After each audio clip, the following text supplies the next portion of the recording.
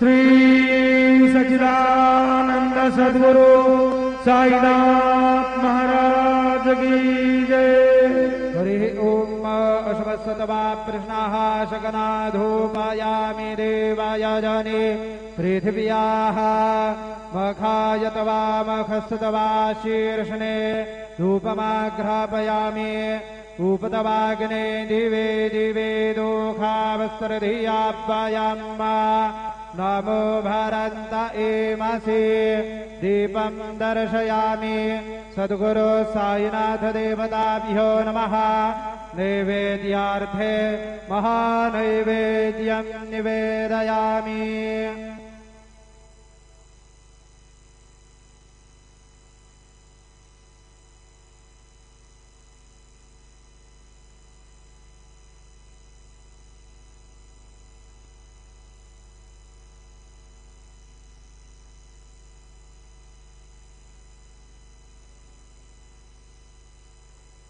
अन्नपतिर्नस्य नो देजनमेव शुभमेनः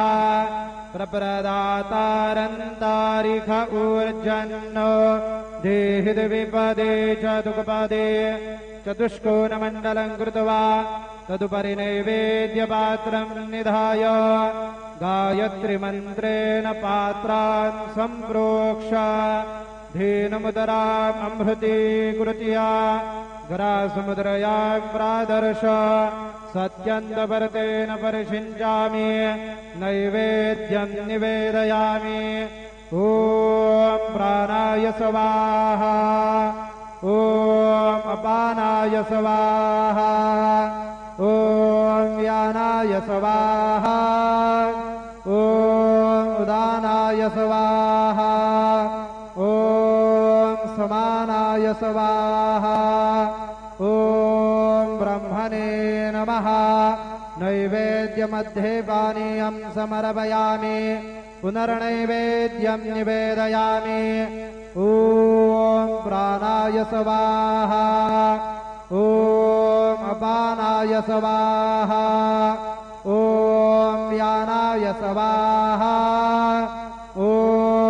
उदानाय स्वाहा ॐ समानाय स्वाहा ॐ ब्रह्मणे नमः।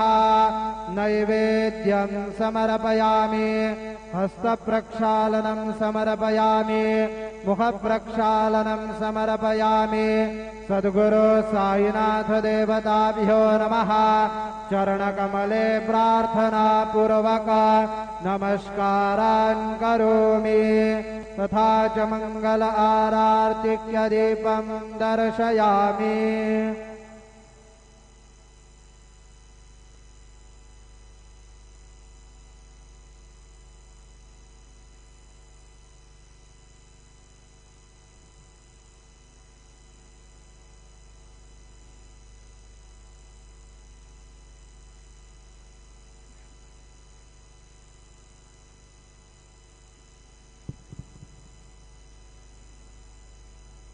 आता माध्यान्ह आरती सुरू होत आहे। सर्वांनी एका सुरात आरती म्हणावी। अब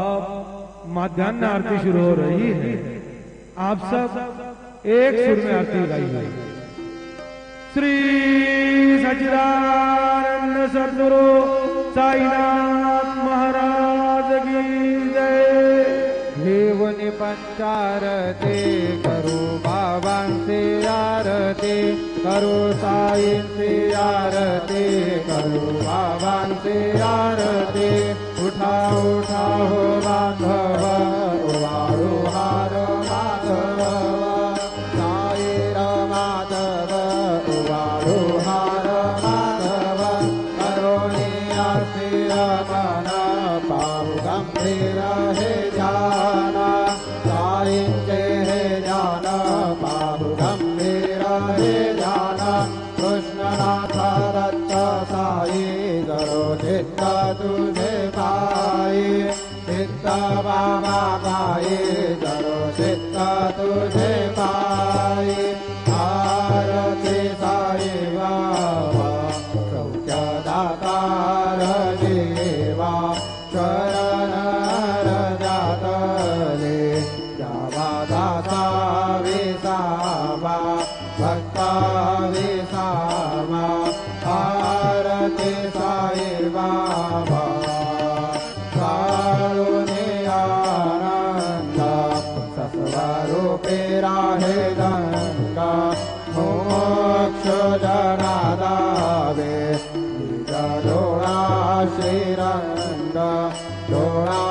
श्रीरंग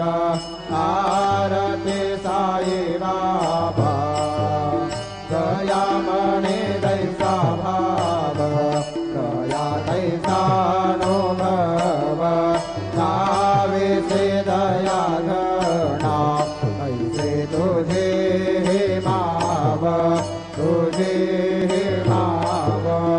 आरती साई बाबा तुमचे नाम जाता करे संस्कृति व्यथा भगागत करणे मार्ग धाविसी अनाथा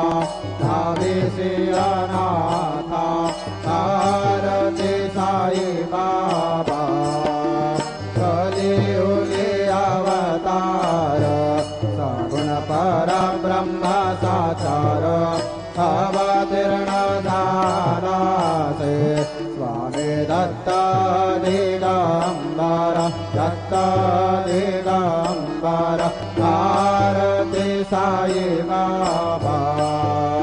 8 दिवसा गुरुवारे भक्त करे तिवारी प्रभु पद पावया भय निवारे जय निवारे आरती साई बाबा आदानि द्रव्य देवा तव चरणारज सेवा मागणे हेचियाता तुम्हा देवाधिदेवा देवाधिदेवा आरती साई बाबा इच्छित दिनाचा तत निर्मल तोयाने जासोक माझा बेमाधवया संबळ आपुली वाक आपुली वाक आरती साई बाबा सौख्यदातार जीवा शरण रे दासा विसावा भक्ता विसावा आरती साई बाबा जय देव दत्ता अवधूता हो साई अवधूता जोडून कर तव चरणे ठेवी तो माथा जय देव अवतर श्री तू येता परमात्मे ज्ञाने नास्ति तन्नाहि तोला विष्णु भजने विष्णु नाना लीला असंख्य रूपान्ये हरसि दीनान्ते तो संकट दिन रजने जय देव दत्ता अवधूता हो साई अवधूता जोडून कर तव चरणे ठेवी तो माथा जय देव यवण स्वरूपी दर्शन द्वादिदले संशय निरसुनिया तदवैतागालविले गोपी चंदा मंदाध्वंसे उत्तरिले भूमिन वंशे जन्मनि लोकातारियले जय देव दत्ता अवधूता हो साई अवधूता जोडून कर तव चरणे ठेवी तो माथा जय देव भेदन तटवे हिंदो यवनांचा काही दावायासी झाला पुनरपि नरदेही पाहसी प्रेमाने तो हिंदो यवनाही दाविसी आत्मत्वाने व्यापक हा साई जय देव दत्ता अवधूता हो साई अवधूता जोडून कर तव चरणे देवी तो माथा जय देव देवा साई नाथा तत्पदनत भावे परमाया मोहित जन भोजन धनि भावे कृपये सकलांते संकट निरसावे देशिल दरिदे वत्तश कृष्णाने गावे जय देव दत्ता अवधूता हो साई अवधूता जोड़ने कर तब चरणी ठेवितो माथा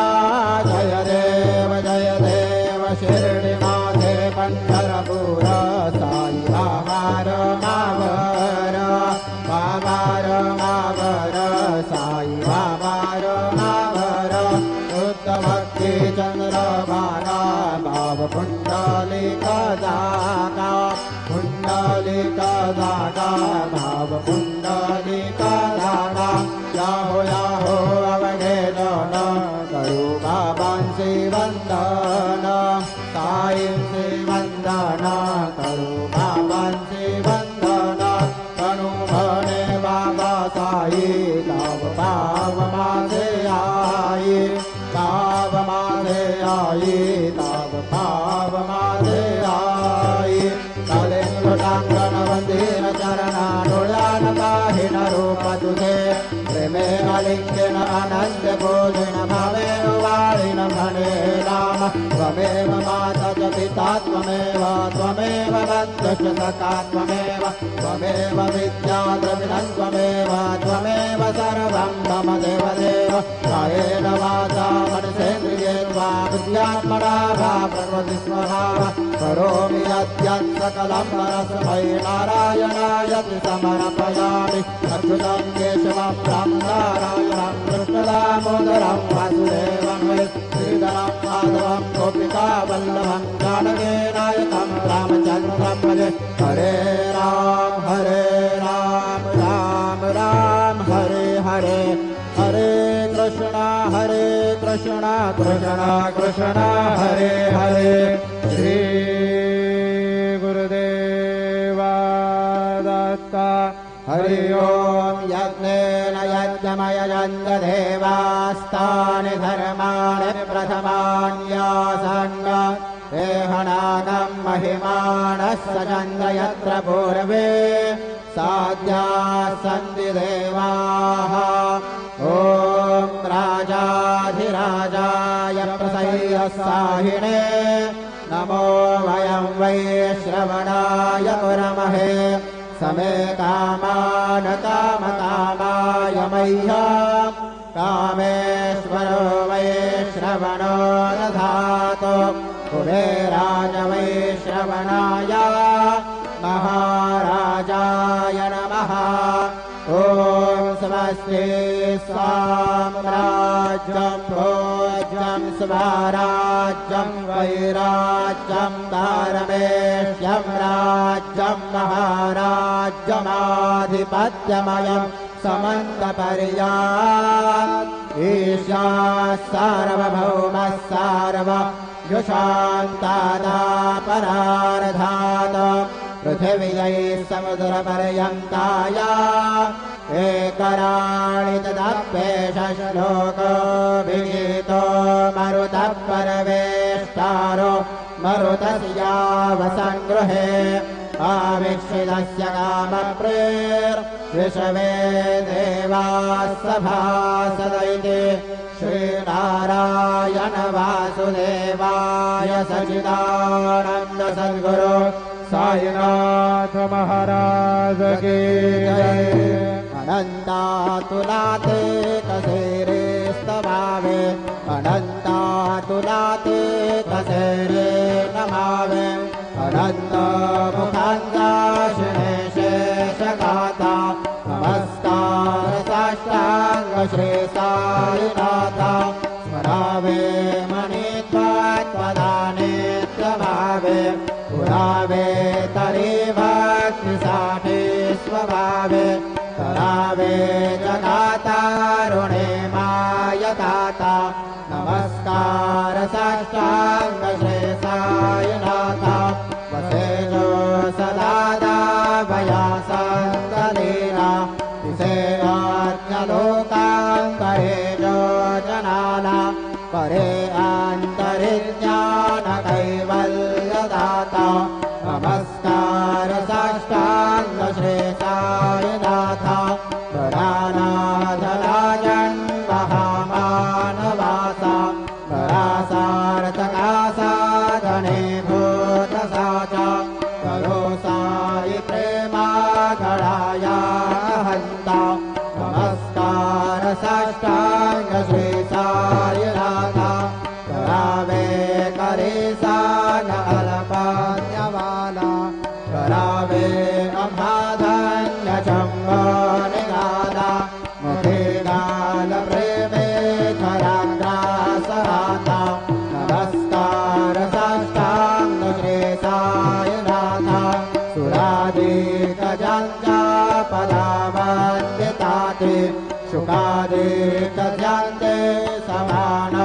पदेति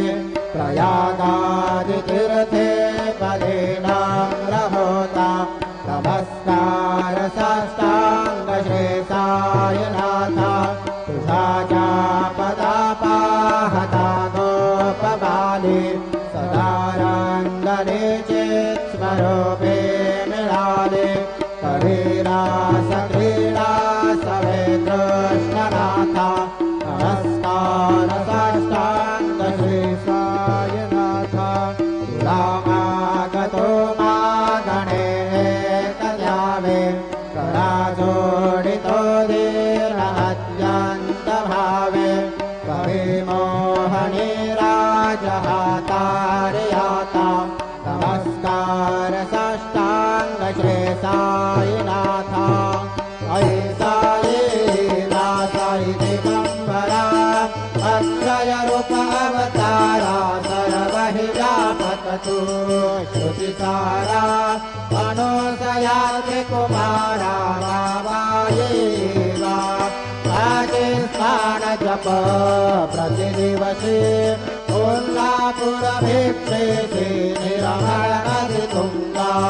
जनप्राशे निद्रामाहुरदेशे ऐसायेवा सोळे लोम्बतसे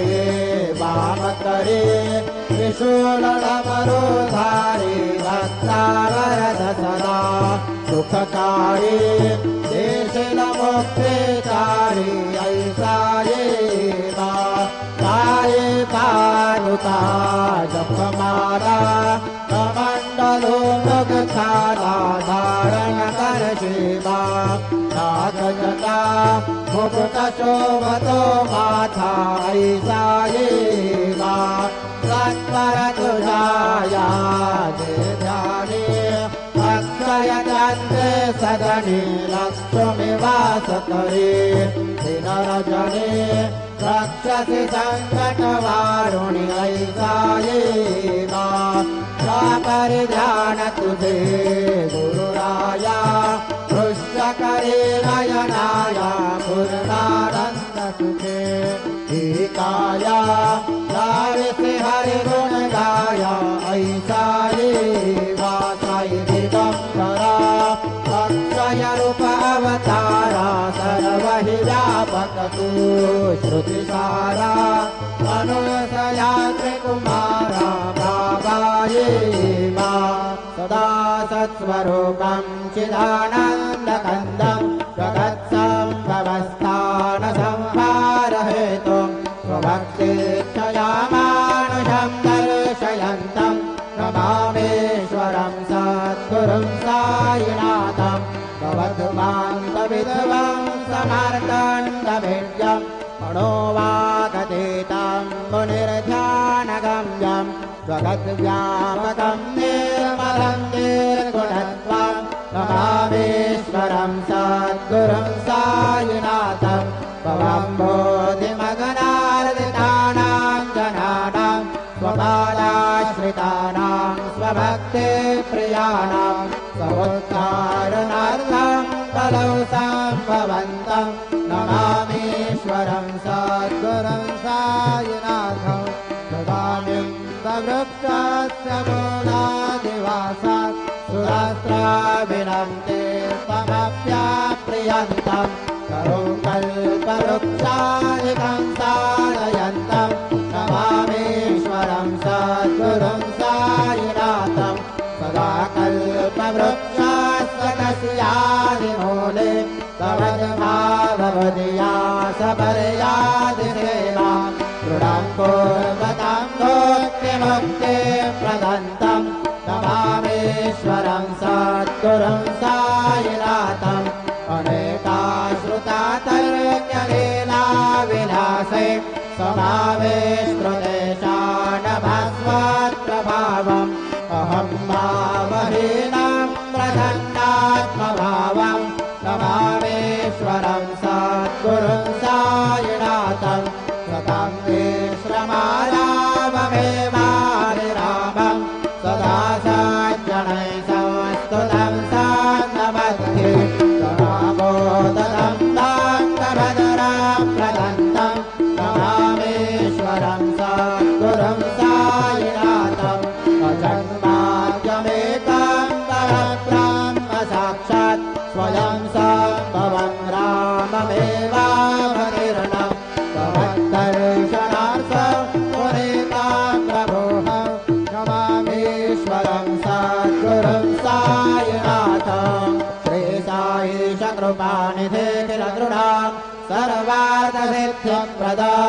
यशवत्पादरजप्रभावमतुलां दाताभिवत्ताक्षमः सदभक्त्या शरणं नृताञ्जलिपुटा सम्प्रापितोऽस्मि प्रभो श्रीमत्सायि परेशपादकमलान् नान्यच्छरण्यं मम सायि रूपधर राघवोत्तमं भक्तकामविभुतद्रुमं प्रभुं माययोपहतचित्तशुद्धये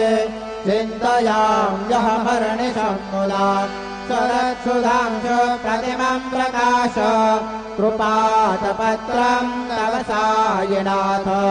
त्वदीयपादाब्जसमाश्रितानां स्वच्छाययातामपाकरोतु उपासनादैव सायिनाथ स्वैरमयोपासनिनास्तुतस्त्व रमेन्मनोन्मे तव पादयुगमे वृन्दो यथाब्जे मकरन्दलुब्धः अनेकजन्मार्जितपापसंशयो भवेद्भवत्पादसरोजदर्शनात् क्षमस्व सर्वानपराधपुञ्जकान् प्रसीद साई सद्गुरुदयानिधे श्री साईनाथ चरणामृतबोधचित्तास्तत्पादसेवनरता सततं च भक्त्या संसारजन्यदुरितो धवनिर्गतास्ते कैवल्यधाम परमं समवाप्नुवन्ति स्तोत्रमेतत्पठेद्भक्त्या यो नरः सन्मनः सदा सद्गुरु साईनाथस्य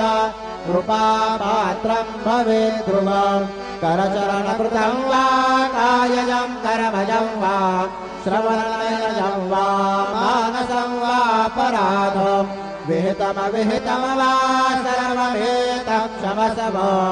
जय जय करुणाब्धे श्री प्रभो साईनाथ श्री सच्चिदानंद सद्गुरु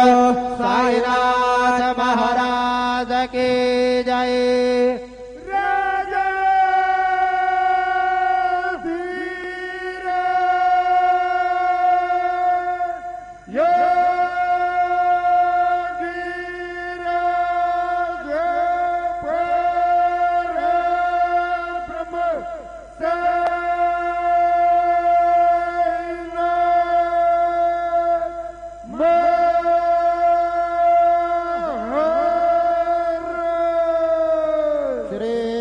सच्चिदानंद सद्गुरु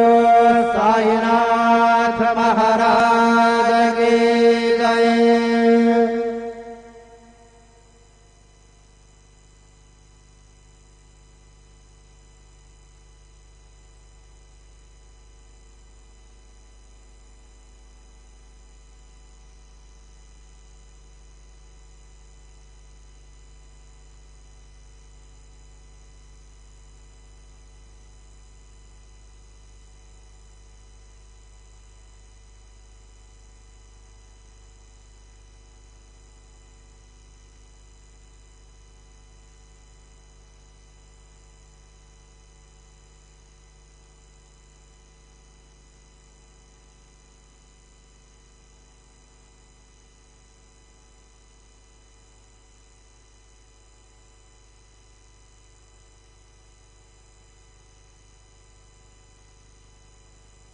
ओम साईराम। सर्व साई भक्तांना कळविण्यात येते की श्रींचे दर्शनानंतर उदीप्रसाद काउंटरजवळ श्रींचे महाप्रसाद भोजनाकरिता टोकन म्हणजेच कुपन देण्यात येणार आहे। तरी सर्व श्री साई भक्तांनी सदर टोकन किंवा कुपन घेऊनच श्रींचे महाप्रसाद भोजनाकरिता